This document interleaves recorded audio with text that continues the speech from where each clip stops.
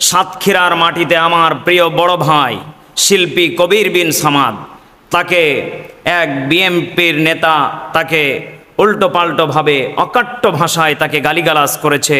আপনারা দেখেছেন যে ভাষাগুলি ব্যবহার করেছে, ইউজ করেছে, একবারে জঘন্য ভাষা।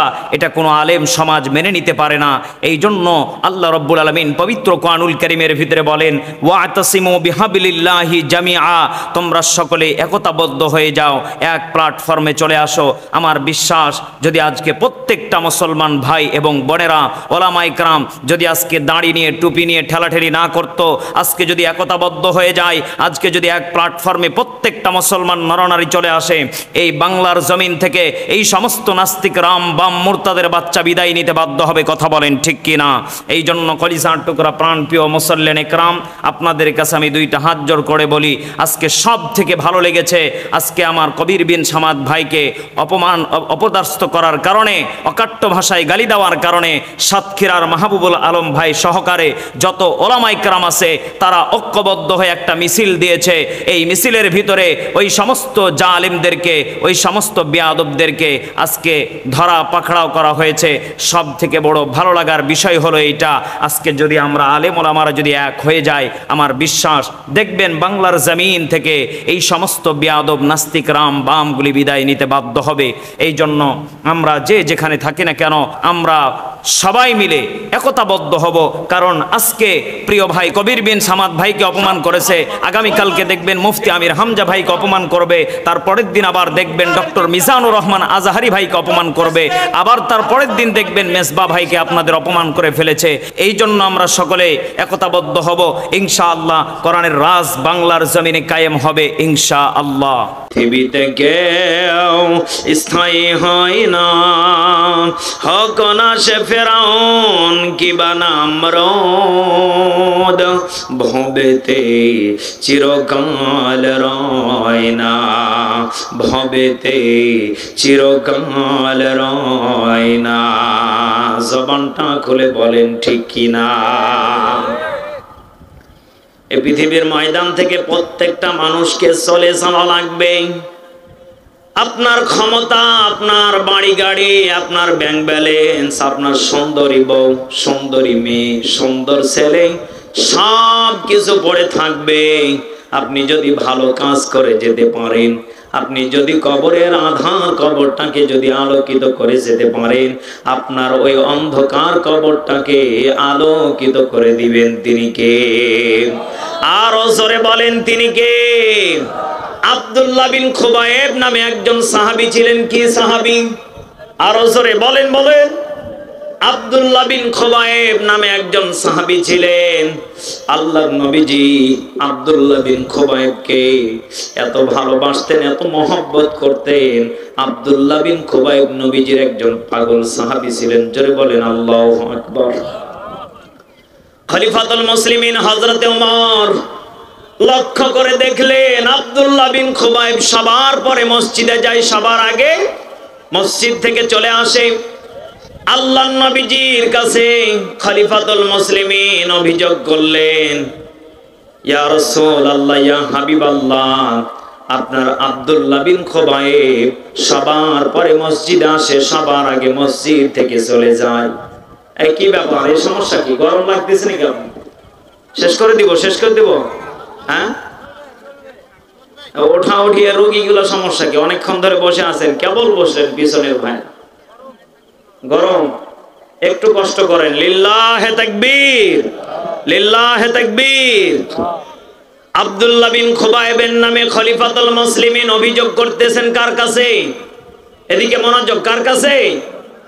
আল্লাহর নবীজির কাছে অভিযোগ করতেছেন, ইয়া রাসূলুল্লাহ, ইয়া হাবিবাল্লাহ, আপনার আব্দুল্লাহ বিন খুবাইব সবার পরে মসজিদে যায়, সবার আগে মসজিদ থেকে চলে আসে। বলেন তো দেখি, এখানে যারা বসে আছেন লক্ষণ ভালো না খারাপ? বলেন, বলেন। ভালো। এই আপনাদের অবস্থা। সবার পরে যারা মসজিদে যায়, সবার আগে যারা মসজিদ থেকে চলে আসে, এদের লক্ষণ ভালো হতে পারে। বলেন, বলেন।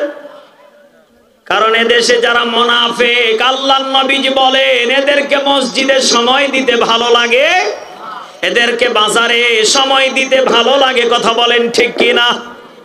আব্দুল্লাহ বিন খুবাইবের এই কথা শুনে নবীজি বললেন, ওমর চুপ মারো, তোমরা কি বলতে চাচ্ছ আমার আব্দুল্লাহ বিন খুবাইব মুনাফিক হয়ে গেছে নাকি? নাউজুবিল্লাহ সরে বলেন।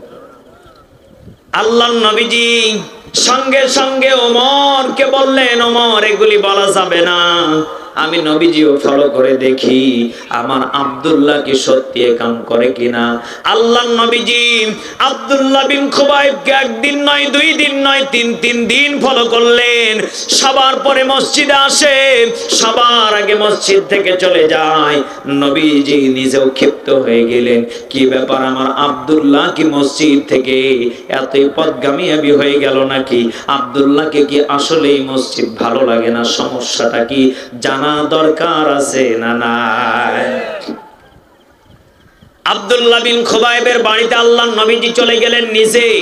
আল্লাহু আকবার বলেন। আল্লাহর নবীজি আব্দুল্লাহ বিন খুবাইবের বাড়িতে গিয়ে সালাম দিচ্ছেন, আসসালামু আলাইকুম ওয়া রাহমাতুল্লাহ। একবার নয়, 2 বার নয়, 3 বার সালাম দিয়েছিলেন। আব্দুল্লাহ বিন খুবাইব সালামের উত্তর দেন নাই। নবীজি রাগান্বিত হয়ে ক্ষিপ্ত হয়ে দরজার সামনে দাঁড়িয়ে আছে। হঠাৎ করে আব্দুল্লাহ বিন খুবাইব কিছুক্ষণ পরে দরজা খুলে ওয়া আলাইকুমুস সালাম বলে। নবীজির চেহারা মোবারকের দিকে আব্দুল্লাহ বিন খুবাইব তাকিয়েছেন।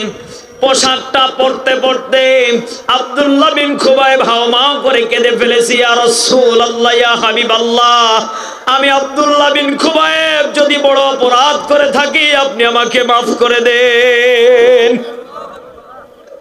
আল্লাহর নবীজি আব্দুল্লাহকে ধমক দিয়ে বলতেছে, আব্দুল্লাহ তোমার প্রতি আমার কোনো রাগ নেই, অভিযোগ নেই, সত্য করে বলো তো দেখি 3 বার সালাম দিয়েছি, দরজা খুললে না কেন?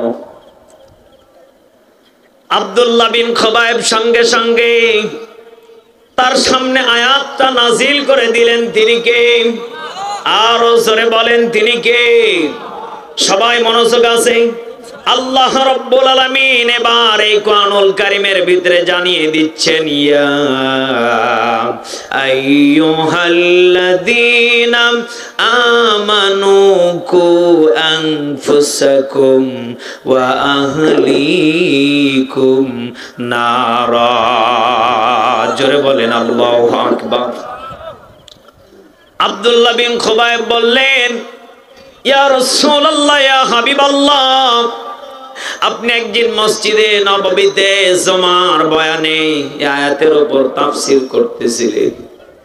আপনি বলেছিলেন, হে ঈমানদারগণেরা, যারা ঈমানদার হবে তাদের বৈশিষ্ট্য 1 নাম্বার, তারা শুধু নিজে ভালো মন্দ খাবে, নিজে ভালোভাবে জান্নাতের আশায় কাজ করে যাবে তা না। যারা ঈমানদার হবে তারা নিজেও বাঁচবে, পরিবারকে বাঁচাবে, এলাকাবাসীকেও সত্যের পথে ডাকবে।